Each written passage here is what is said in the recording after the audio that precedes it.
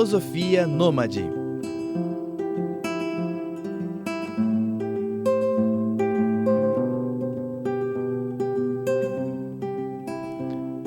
E aí, galera, super bem-vindos, bem-vindas, boa noite, bom dia, boa tarde a todos e todas. Estamos aqui no nosso episódio da Filosofia Nômade. Hoje não podcast, hoje um videocast com a participação. Estamos nos estúdios estúdios da Fapcom, da Faculdade Paulos de Comunicação, com o professor Dr. Antônio Serafim, psicólogo e professor do Instituto de Psicologia da Universidade de São Paulo, a USP. Tudo bem, professor? Olá, pessoal. Olá a todos que acompanham, né? Um prazer estar aqui e poder conversar com vocês nesse contexto de filosofia nômade. Filosofia nômade. Que bom, professor. Professor Antônio Serafim, ele foi meu professor no doutorado, né? Quando eu fui para o campo da psicologia da saúde lá, né? Que essa nomenclatura dada. E foi uma das minhas maiores surpresas no curso de doutoramento, porque ele me fez pensar fora da caixinha, né? E uma das coisas que nós discutimos lá foi sobre o impacto da pandemia na questão da saúde mental, saúde emocional das pessoas, né? Da população de modo geral. De modo introdutório, como o senhor percebeu esse impacto da pandemia na saúde do povo brasileiro, assim? Quando a gente fala de aspectos de impacto de saúde mental, nós nos referimos principalmente ao que a gente chama de eventos estressantes da vida, né? Então, geralmente nós temos eventos de primeira ordem e eventos de segunda ordem. Quando a gente fala de eventos de primeira ordem, nós estamos nos referindo a desastres naturais. Então, se a gente pensar aqui no Brasil, Brumadinho, Mariana, as enchentes, né, consequências das chuvas, terrorismo, nós não temos muito isso, tiroteios em escolas é um evento estressante de primeira ordem, e pandemias. E de segunda ordem aí vem outras questões, desemprego, as questões econômicas, a relação, disfunções familiares são eventos nesse sentido. Então, quando acontecem esses fenômenos, disso de uma maneira geral vai impactar ali na qualidade de vida psicológica, na qualidade de vida emocional das pessoas, né? Então, principalmente elevando aspectos de ansiedade, aspectos de estresse, inclusive com aspectos depressivos também. E aí impacta na vida pessoal, na vida acadêmica, familiar e profissional. Nossa, e parece que esses eventos estressantes de primeira ordem, que no caso a pandemia, impactou e gerou eventos estressantes de segunda ordem, né? Eles estiveram bastante conectados, né? Eu não diria que ele gerou, mas eu posso dizer que ele potencializou questões importantes que já haviam, né? Então, assim, o país já vinha numa configuração do ponto de vista socioeconômico, educacional, com bastante limitações, com bastante precarização. Então, a pandemia, principalmente se a gente pensar o aspecto socioeconômico, ele afetou bastante, porque a gente já tinha um número significativo de pessoas desempregadas ou de forma de empregos ali não convencionais. Então, isso potencializou tudo isso, toda uma crise nesse sentido que repercutiu dessa forma tão ampla nessas condições aí, do ponto de vista da ansiedade, do estresse, dos conflitos, né? Então, a própria pandemia com o desemprego gerou conflitos familiares, gerou muitas vezes crises nas relações familiares, inclusive aumentando, por exemplo, casos de divórcios, né, nesse período. Sim, verdade. Poxa vida, Antônio, por que você tinha que falar sobre isso? Porque a gente é fruto disso, né? Assim, eu, no caso. Mas parece que, diante disso que o senhor coloca, a maior precariedade, ou a maior comorbidade do povo brasileiro é ser brasileiro, né? Porque nem é ter diabetes, nem é ser brasileiro, porque o sistema que nós estamos inseridos potencializou, como o senhor bem colocou, alguns impactos na saúde mental, né? Assim, teve algum fenômeno mais recorrente que o senhor percebeu? Ele agravou, a pandemia ele impactou na atenção à saúde de uma maneira geral, porque ela impôs uma mudança drástica na prioridade dos atendimentos. Isso restringiu outras áreas, então as pessoas que têm doenças crônicas, né? Você falou diabetes, né? Diabetes, hipertensão, doenças renais, outras doenças. Essas pessoas ficaram um pouco afastadas das demandas de atendimento, das necessidades de atendimento, foram priorizados as intervenções mais urgentes no controle dos casos da infecção ali, principalmente o ano de 2020, metade de 2021, quando ainda não tínhamos muita configuração da efetividade das vacinas, né? Então, isso potencializou bastante. Então, 3 aspectos muito importantes que nós observamos na sociedade, do ponto de vista de aspectos de saúde mental, foi aumento da ansiedade, depressão e estresse. Então, com o estudo que nós fizemos, por exemplo, nós fizemos um levantamento na população geral, em mais de 3 mil pessoas, nós encontramos média de 42% da população com elevação desses sintomas. Outro aspecto importante que deriva disso são os aspectos comportamentais ou os aspectos que a gente chama de ajustamento, né? Como as pessoas se ajustaram às formas de ajustamento. Houve aumento de consumo de alimentos, né? As pessoas em casas, né? Pela restrição do isolamento social, aumento do consumo de álcool e outras drogas e aumento de medicações. Então você tem pessoas ansiosas, mais depressivas, mais estressadas, e a forma de enfrentamento, a estratégia de enfrentamento não foi muito acessível, né? Ou não foi muito adequada, melhor dizendo. Então você teve um acréscimo de pessoas com menos atividade física, mais consumo, né? Quase que uma compulsão alimentar e questões do aumento ali do consumo de álcool e outras substâncias aí. Isso da compulsão alimentar, eu lembro, sou professor, né? O senhor sabe, de ensino médio, fundamental também. E eu lembro que uma aluna, de modo especial, classe média alta, do ABC, quando retornou às atividades presenciais, ela tinha engordado 20 e poucos quilos, 25. E eu estou falando de uma adolescente de 16 anos. Assim, foi um impacto muito significativo, né? Assim, no corpo dela, Sim. né?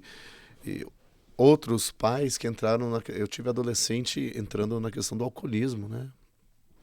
Adolescente. A mãe comprando vodka, né, para filho adolescente, porque o filho já estava que desenvolveu isso em período pandêmico, né? É algo assustador, né? Tudo isso é assustador, né? Mas o mais assustador de tudo isso é que nós tivemos esses efeitos em todas as faixas etárias da sociedade, né? Como você trouxe, crianças com problemas de ansiedade, com problemas alimentares, com outras dependência de multimídias, de aparelhos eletrônicos, o consumo de álcool e alimentos excessivamente ali em adolescentes e adultos. Mas o que é mais gritante e o que é mais preocupante é que nós estabilizamos o enfrentamento da pandemia, né, com a efetividade, né, as vacinas mostraram a sua efetividade, só a vacina controla epidemias, né, não há outra forma de você controlar epidemias. E a gente teve essa redução, esse controle, porém, houve um esquecimento dos efeitos, né? Por exemplo, desses aspectos. Nós não temos, na realidade brasileira, como estão essas pessoas hoje. Né? Você trouxe o exemplo de uma adolescente com um sobrepeso ali, um aumento de 20 quilos, e deve ter outras pessoas muito nesse segmento. Mas nós não temos o acompanhamento disso.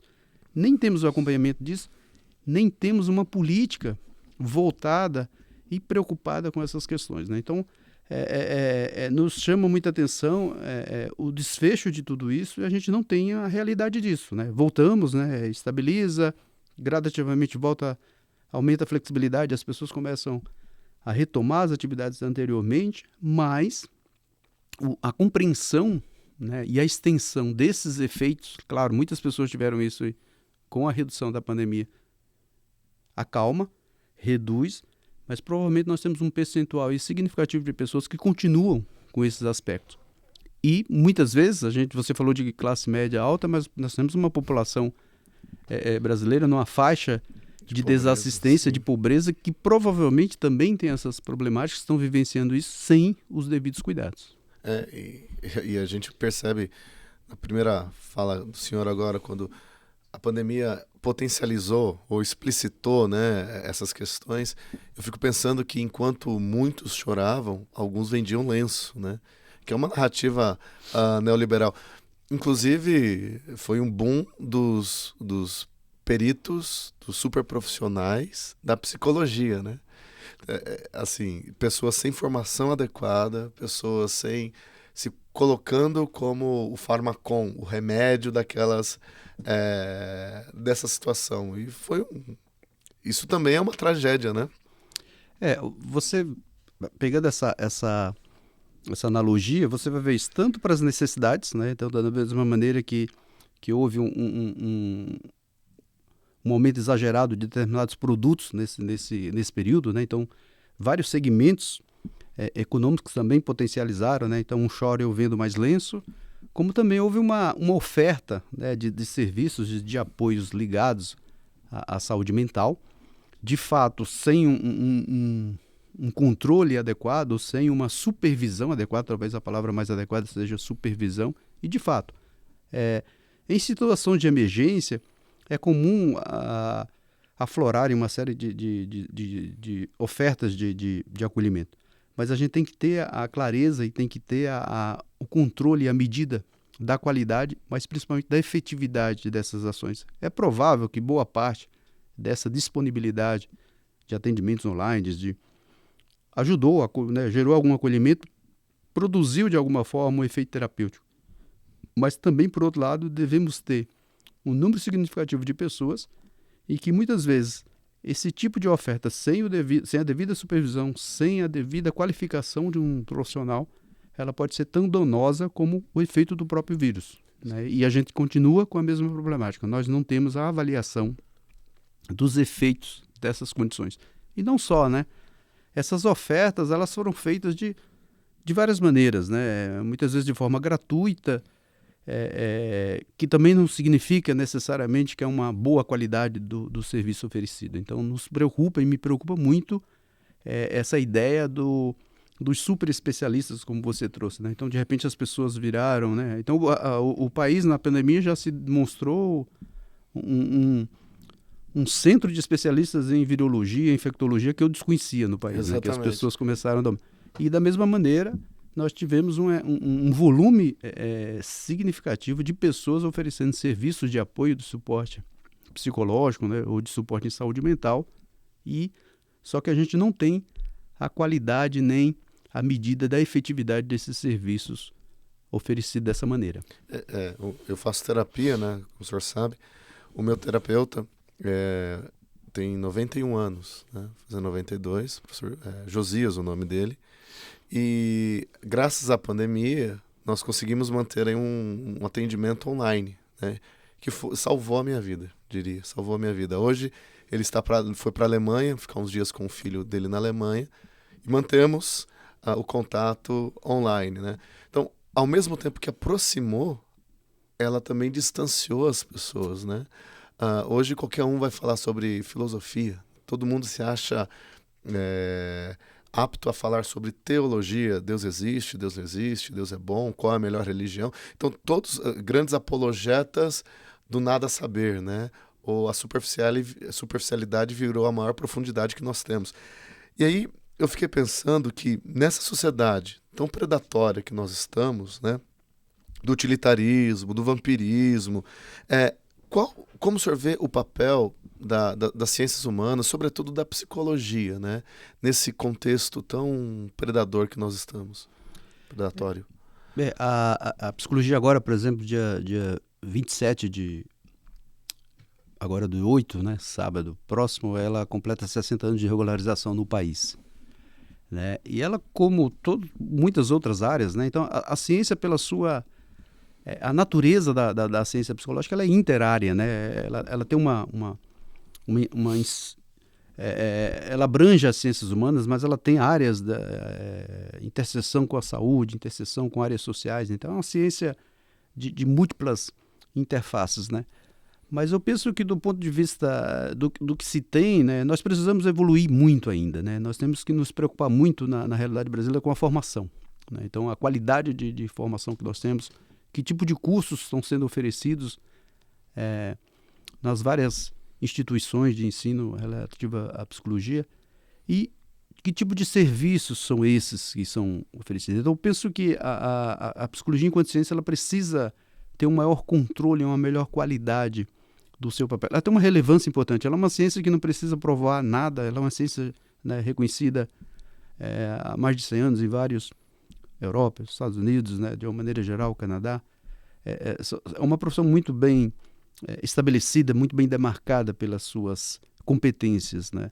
Mas eu penso que a realidade brasileira ainda precisa muito disso. A sociedade, né, embora nós tivemos esse boom aí de serviços oferecidos, eu vejo que a sociedade às vezes não entende muito, ou não tem muita clareza do papel da psicologia. Isso parte pela própria psicologia, né?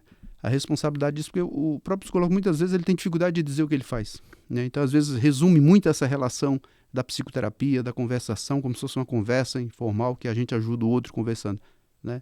É um processo, é uma técnica, são várias formas que sustentam e que dão base para esse profissional, né? Então, eu penso que as ciências, nesse contexto, ela precisa trabalhar na garantia de direitos. Então, quando a ciência ela é bem formada, quando a gente prepara adequadamente o profissional para entender principalmente seus limites, né? Porque a ciência não é o céu é o limite, não. As ciências têm seus limites, né? Elas têm seus limites enquanto atuações, enquanto intervenções. Então, a gente precisa cuidar disso, porque senão a gente vende ilusões, né? Então, a gente oferta um serviço de ilusões. Na verdade, a gente já vive uma sociedade de muitos prejuízos dentro de um segmento bastante hostil, de violação de direitos, de ausências da efetividade ou da aplicação ou da destituição dos programas sociais que nós temos no Brasil, que nós tínhamos no Brasil.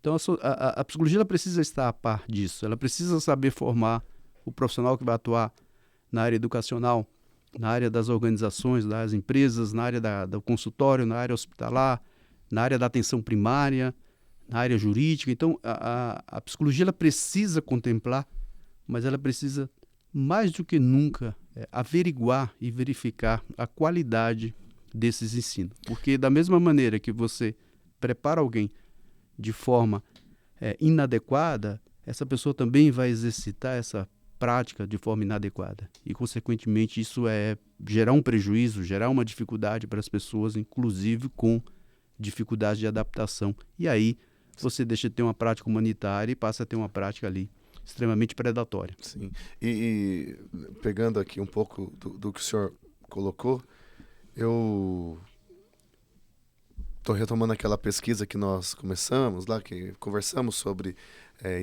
ver como é que estava a saúde emocional e mental nas escolas, né?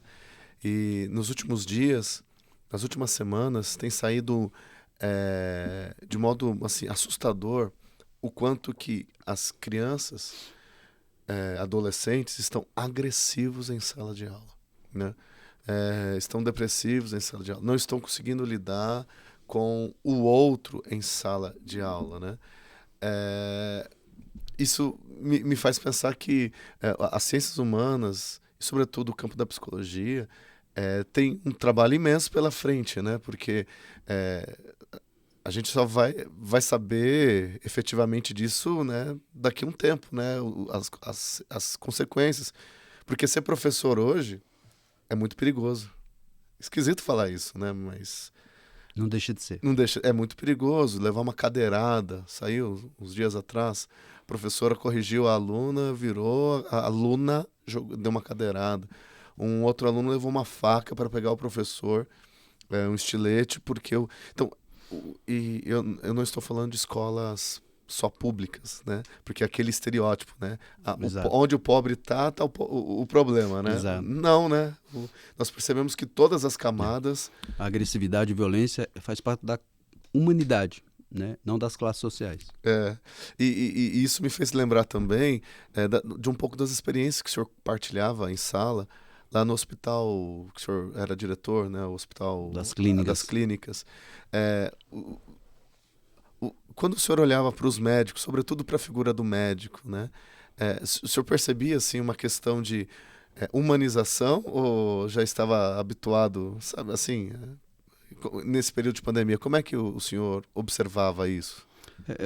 Eu vou começar pelas crianças, como você trouxe a questão do aumento de comportamentos de maior intolerância, de maior hostilidade, né? Nós temos uma uma ideia geral, né? As ciências trazem muito isso, né? The children see, the children do, né? Ou seja, a criança vê, a criança faz, né? Então, eu penso que nós temos hoje, na realidade brasileira, uma polarização, né, mediada pelo ódio, que isso é replicado para as crianças. As crianças estão dessa intolerância. Parte dessa intolerância vem dessa cultura cultuada pelas relações familiares, né? Então, isso se reproduz. Tem a questão da pandemia, tem efeitos de saúde mental nesses comportamentos, sim, tem pessoas mais intolerantes, tem pessoas mais deprimidas, pessoas mais agressivas, também tem. Tem uma desvalorização da figura do professor, né, de tempos, né, em todos os aspectos, né, na figura principal, na essência dele, que é o papel de mestre, né, aquele que celebra o conhecimento, aquele que prepara as pessoas para a vida, né, poderíamos dizer assim, desde da educação infantil à universidade. Então, há um desrespeito muito grande sobre essa configuração dessa pessoa. Tudo isso está inserido. E, claro, com o cultivo dessa polarização das sociedades entre próprias famílias, né, você também estimula isso nas crianças. Então, você vê crianças com características nitidamente de racismo estrutural, de intolerância a determinadas características, a não respeito da diferença, né? Então, isso é estimulado, infelizmente, nesse sentido. Então, faz parte também das ciências olhar para isso, não só a psicologia, a educação, filosofia, sociologia, economia, né? Precisamos de todo um contexto. Com relação... Mas antes, só para a gente passar para lá do hospital, dando aula para ensino fundamental, eu não vou dar nomes, né, assim, para não... de classe média alta, no ABC Paulista, teve um candidato no Brasil que fez um movimento com motociata, né? E esse menino foi com o pai dele, né? E aí ele chegou, a minha aula era na sexta-feira nessa escola.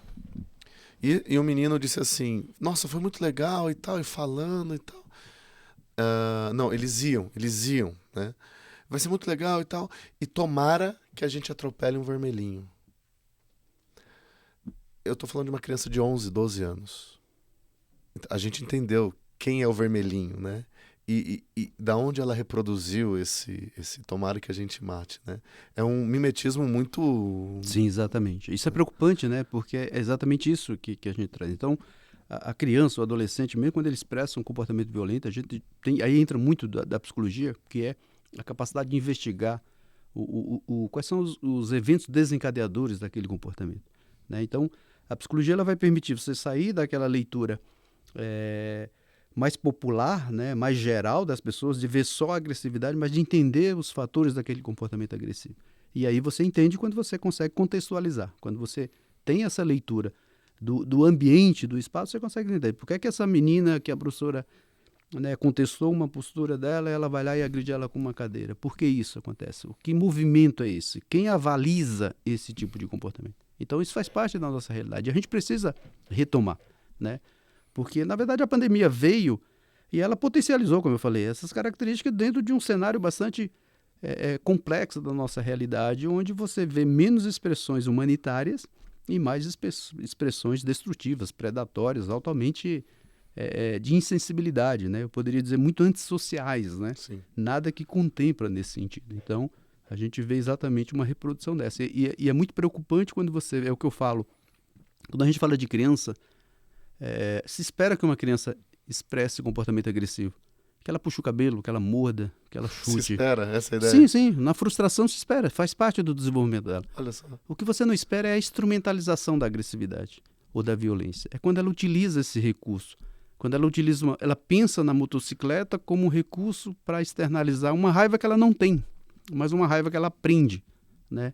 Ou a criança que pega o lápis ou um objeto para agredir, ou a adolescente que usa a cadeira, ela instrumentaliza aquela raiva dela. Entendi. Então, um contexto que potencializa e um contexto que institui essa modalidade de pensar e de agir, que isso é grave. E como é que foi essa experiência do senhor lá no hospital, das clínicas, não só os médicos, né, mas o corpo todo? A primeira fase, né, durante 23 anos eu atuei no Hospital das Clínicas, no Instituto de Psiquiatria, fui diretor da área de psicologia, e na fase da pandemia, o hospital já vinha num processo, a OMS já vem num processo já de algum tempo, com uma visão ampla do que é a saúde, das intervenções, com uma mudança na concepção de intervir, né? Então sair daquele papel hospitalocêntrico ou do médico muito unidirecional do conhecimento, mas sim de um conhecimento múltiplo, né? Com as equipes, com olhares multiprofissionais. Então, os hospitais, principalmente os hospitais de escola, já configuram esse entendimento. Então, você já começa a ter um olhar mais global do ser humano e não um olhar mais específico, né? O olhar só da mão, só da cabeça, só do abdômen, né? Mas começa a ter um olhar mais completo a partir do momento que você insere outros profissionais nesse segmento. Agora, claro, numa situação quando você está num pronto-socorro, a emergência, você tem profissionais que precisam ter uma calosidade, uma habilidade, né? Um manejo mais específico para a emergência. Mas isso é uma emergência pontual, específica. O cara que trabalha no pronto-socorro, ele está acostumado a receber o politraumatizado, aquela pessoa que sofreu um acidente de carro, um atropelamento. Então, ele tem recursos para lidar com aquilo. Não só recursos, como ele tem um conhecimento pré-estabelecido para a atuação da hemorragia, da fratura. O psicólogo que atua no pronto-socorro, ele tem o preparo para lidar com a emergência, para dar o suporte para a família, enquanto o seu parente é atendido ali pelos especialistas médicos, dele atender e acolher aquela família. O que foi diferente da pandemia? A pandemia, ela caiu, né? Ela entrou no país e não avisou o que era. E ela pegou todo mundo de surpresa, inclusive a área médica. Então, nós tivemos médicos ansiosos, médicos com receio de entrar no hospital, médicos que ficaram imobilizados, enfermeiros que ficaram imobilizados, psicólogos que ficaram imobilizados, não conseguiam lidar com aquilo. Por quê? Porque era o desconhecido. Não sentiam, era uma doença, né, infecciosa, respiratória, com alto índice de letalidade. Então, ninguém tinha um controle, né? Então, assim, quando você perde o controle, você age muito parecido de forma coletiva, que vem insegurança, medo, imobilização.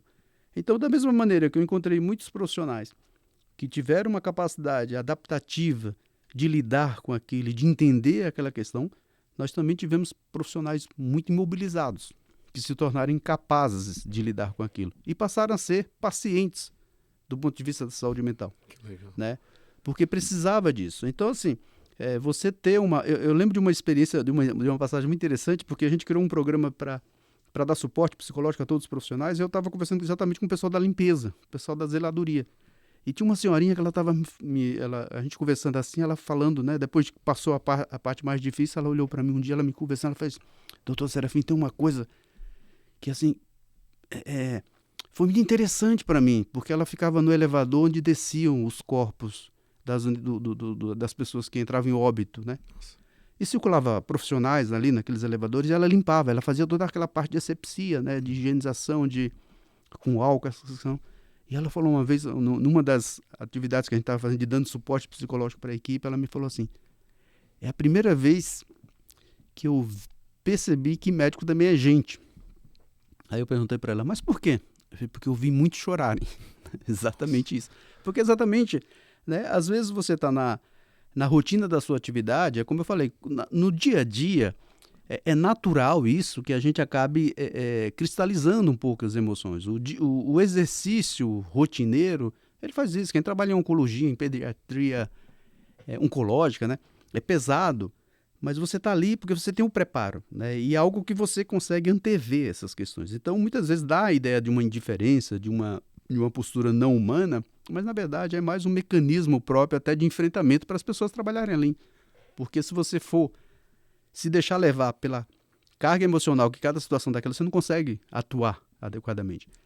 Mas a pandemia, ela desorganizou isso, porque era algo que tirou todas essas pessoas, né, da sua zona de conforto, né? Então, da mesma maneira que a gente viu, né, pessoas muito indiferentes, a gente viu pessoas nesse sentido. Mas se você pensar de uma forma mais ampla, se você me perguntar, eu diria para você que o médico humano, ele continua humano, e o médico pouco humano, ele continua pouco humano, que é o que aconteceu de uma forma com a sociedade de uma maneira geral.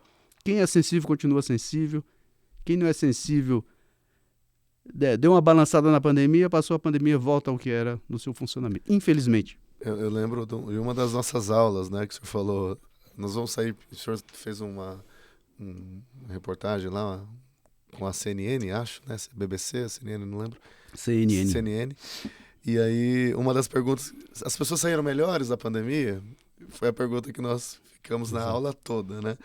Pra gente caminhar pro fim, diante das sequelas, assim, provocadas por essa pandemia, quais caminhos nós podemos pensar para promover saúde mental? Primeira questão, a gente tem que se redefinir como uma sociedade, né? A sociedade brasileira precisa repensar seus laços, seus valores. Um pai, quando questiona uma vacina, ele deixa de levar seu filho para tomar vacina. Então, a gente está vendo isso, né? Um índice elevado de redução dos índices de vacinas, de doenças que estavam sob controle. É uma pessoa que precisa ser repensada. E aí, as ciências que compõem essa sociedade também precisam criar mecanismos de tocar essas pessoas, de rever isso. Então, eu penso que o grande ponto é a grande aprendizagem, né? O que foi que a pandemia nos trouxe? Ela nos trouxe que nós somos muito pequenos diante de todas essas questões. Mas se a gente não tiver uma unificação, se a gente não tiver uma unidade, a gente se destrói nesse sentido. E a gente precisa resgatar isso, né? Agora, claro, fica nítido que a sociedade brasileira, ela não é uma sociedade tão sensibilizada com uma ideia social, né? E com uma visão humanista, como muita gente acreditava que era, né? Inclusive eu acreditava que era. Isso revelou uma sociedade individualista, uma sociedade soberba, indiferente e altamente egocêntrica.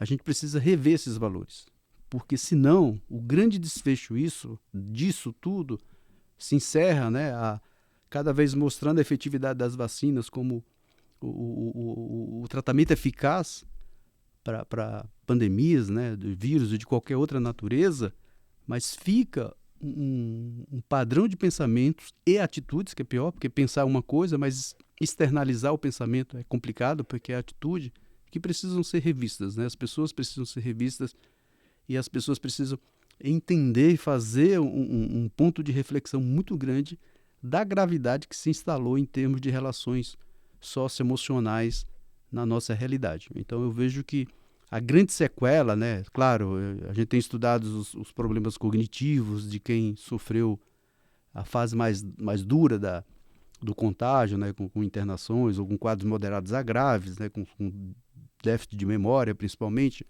Mas a gente sabe que existe mecanismos e vão existir ali pesquisas que vão desenvolver métodos para reduzir o impacto do ponto de vista cognitivo. Mas eu acho que o impacto das relações sociais e das perdas de vivências humanitárias são mais graves. E eu não sei exatamente se a gente tem uma fórmula tão simples para recuperar isso. Quando você falava desse processo de redefinir como sociedade, eu lembrei do Nietzsche, Friedrich Nietzsche, né? Humano, demasiadamente humano, né? Em um dos aforismas, ele coloca que o homem fez Deus a sua imagem e semelhança, a sua imagem e semelhança o homem fez Deus. E parece que esse período de pandemia demonstrou esse lado, né, que egoísta para mim, né, e redefinir como sociedade, eu acho que é um caminho significativo que nós temos, né? Isso, e aí a gente precisa de vários segmentos sociais para entender isso, né? Para entender que o diferente, né, que pensar diferente não é ser mal ou ser bom, né? É simplesmente diferente. E sociedade se constrói com pensamentos, né, harmonizantes e pensamentos diferentes, né? Mas que não precisa conflitar. Você pode caminhar paralelamente, utilizando aquilo que é positivo de cada posicionamento. Você não precisa demarcar território e levantar muros para trazer essa necessidade de identificação. Na verdade, o que tudo isso traz é que você vê uma sociedade com uma crise de identidade bastante significativa, né? Porque as pessoas precisam, de fato, se entenderem e ser elas, né? Encontrar-se. Eu vejo muito uma influência de que as pessoas absorveram muito do ambiente ou de características ali ambientais e se perderam enquanto pessoas, enquanto referências aí para a interação. Você falou de identidade, eu lembrei também de 2 textos do Bauman, né? É legal de ser doutor, Sim. porque tem uma hora que a gente pode gostar de uma pessoa, de um cara que geral não gosta. E eu gosto do Bauman, né? Eu também gosto. E aí ele tem 2 textos dele, um chama Identidade e o outro Retrotopia, né? Que eles tratam esse tema, essa noção da identidade, que é as pessoas têm saudade daquilo que nunca foram. Por isso da retrotopia, né? Exato. Antes da pandemia era assim. Agora, né? Então, esse insight que o senhor levanta, redefinir como sociedade, faz a gente repensar muita coisa, né? Professor, que bom que o senhor veio. Muito obrigado. Fapcom agradece. Filosofia Nômade agradece. Não sei se o senhor quer palavras de despedida, final, aí, alguma coisa. Esses espaços são muito importantes, né? O espaço da abertura do posicionamento, né? Então, lembrar que a minha fala, a sua fala, não é a verdade absoluta, né? São conceitos dentro do que a gente tem, dentro das nossas práticas, que precisam ser adicionados a outros conceitos, a outras práticas e depurados para que possam encontrar um melhor formato, né? Então, sair de fato dessa ideia dicotômica das coisas, do que o meu é bom, o outro é ruim, né? E a sociedade vive nesse sentido. Então, de fato, precisamos facilitar que as pessoas encontrem suas identidades, ou como os psicólogos gostam de falar, seus eus. Seus eus. O senhor tem rede social, né? Sim. Instagram, como é Instagram, que tá? Instagram é de Pádua Serafim, arroba de Pádua Serafim é o Instagram, e o Facebook é o Antônio de Pádua Serafim, me localizam lá. Isso, o professor Antônio Serafim, atual, está no Instituto de Psicologia da USP. Muito obrigado a todos e todas que nos acompanharam no episódio de Filosofia Nômade sobre saúde mental e pandemia. Forte abraço e nos vemos em breve.